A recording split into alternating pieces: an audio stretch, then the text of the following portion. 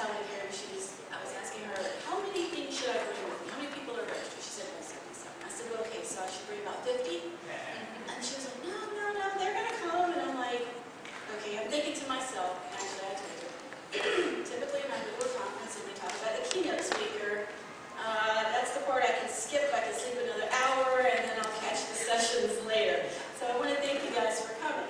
I noticed that a lot of you have already gone into the packet, so I'm going to address this first before I even get started, okay?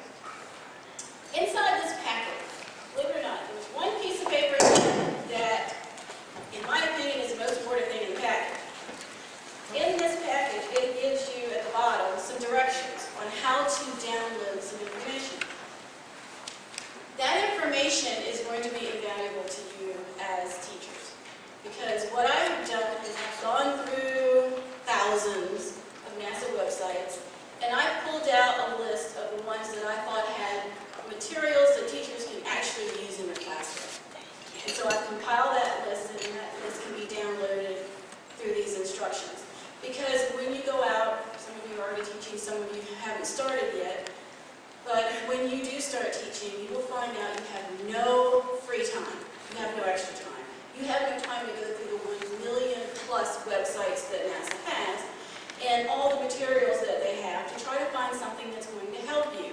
It would be a nightmare, trust me. I've been there. So I've tried to make this easier for you by compiling a list.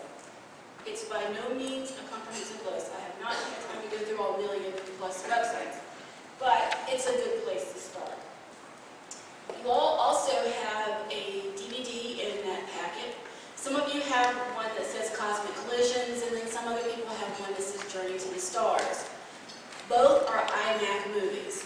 So you now have your own copies of IMAC movies that are playing all over the country. The Journey to the Stars one is brand new. It was out... Oh, really? Oh, great! So go over and have him sign your copy of Journey to the Stars. And I'm going to find one and have him sign mine. But Journey to the Stars is brand new. And Whoopi Goldberg is the narrator in that one, and Robert Redford narrates the other one. So they also come, I'm not sure about Journey to the Stars, and I shouldn't say this, but I know Cosmic Collisions has a dome format, so that if you do have... You do? Okay, so there you go. You can show it inside of a dome, if you have one of those planetarium domes, or you can show it as a regular movie. So anyway, now that I've kind of gotten that out of the way, let me say one other thing about this packet though, because you will miss it. Some of you have this card in your packet. And obviously, it's an image of part of the sun, and it has a solar prominence that you can see. But if you look off to the right-hand side, there's a dot there. That's not a mistake in the card. That's Earth. This is Earth to scale with a solar prominence. So it kind of really makes you understand how small you are in the scheme of things. So I wanted to point that out. Didn't want you to miss it. So let's begin. In the beginning, I usually ask people, if it's a small audience, I'll ask them about, well, what do you think NASA has done? And what does NASA do? And people always give you the same answer, space, space, space. They cannot get out of space. But what they don't understand is that there's no part of your life that NASA has not touched in one way or another. Almost everything that you use and take advantage of and enjoy came about as a part of NASA research money. Because in order to send humans into space, we have to know pretty much everything about everything. Because you have to think of even the smallest details. One thing, if you're an astronaut and you're in your spacesuit and you're outside of your spaceship and your nose starts to itch, what are you going to do? You can't pop up the helmet and scratch your nose. So you have to think about these things.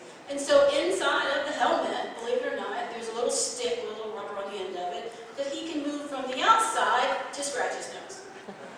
So every minute detail of things that we take for granted every day has to be thought out. And because of that, new technologies have arisen that have made our lives better. And so, let me just say, this is a website, NASA spin-off website. This is a website that you can go to and actually see some of the things that touch your life every day. There are videos here, there's information here, there's all sorts of things that you can download so that you can share with your students that tell them how NASA touches their life every day. And so just like a school system or any other business, NASA has a mission. We have a vision as to what we expect to be able to do. And if you look at our mission and vision, it's huge. I mean, it almost sounds like there's someone up on a hill thinking that they're God. But they don't think they're God. They just want to really do what is said here. And this is what we strive for. Most people do not know that there are actually 10 NASA centers. Everyone knows Johnson and Kennedy. I hope there's no one from Johnson and Kennedy here, because what I'm going to say. They get all the fame and all the glory. They do the least amount of work. Okay, I shouldn't say that. They work very hard too. But their work is different. The other field centers is where we do a lot of the science research, especially at my center.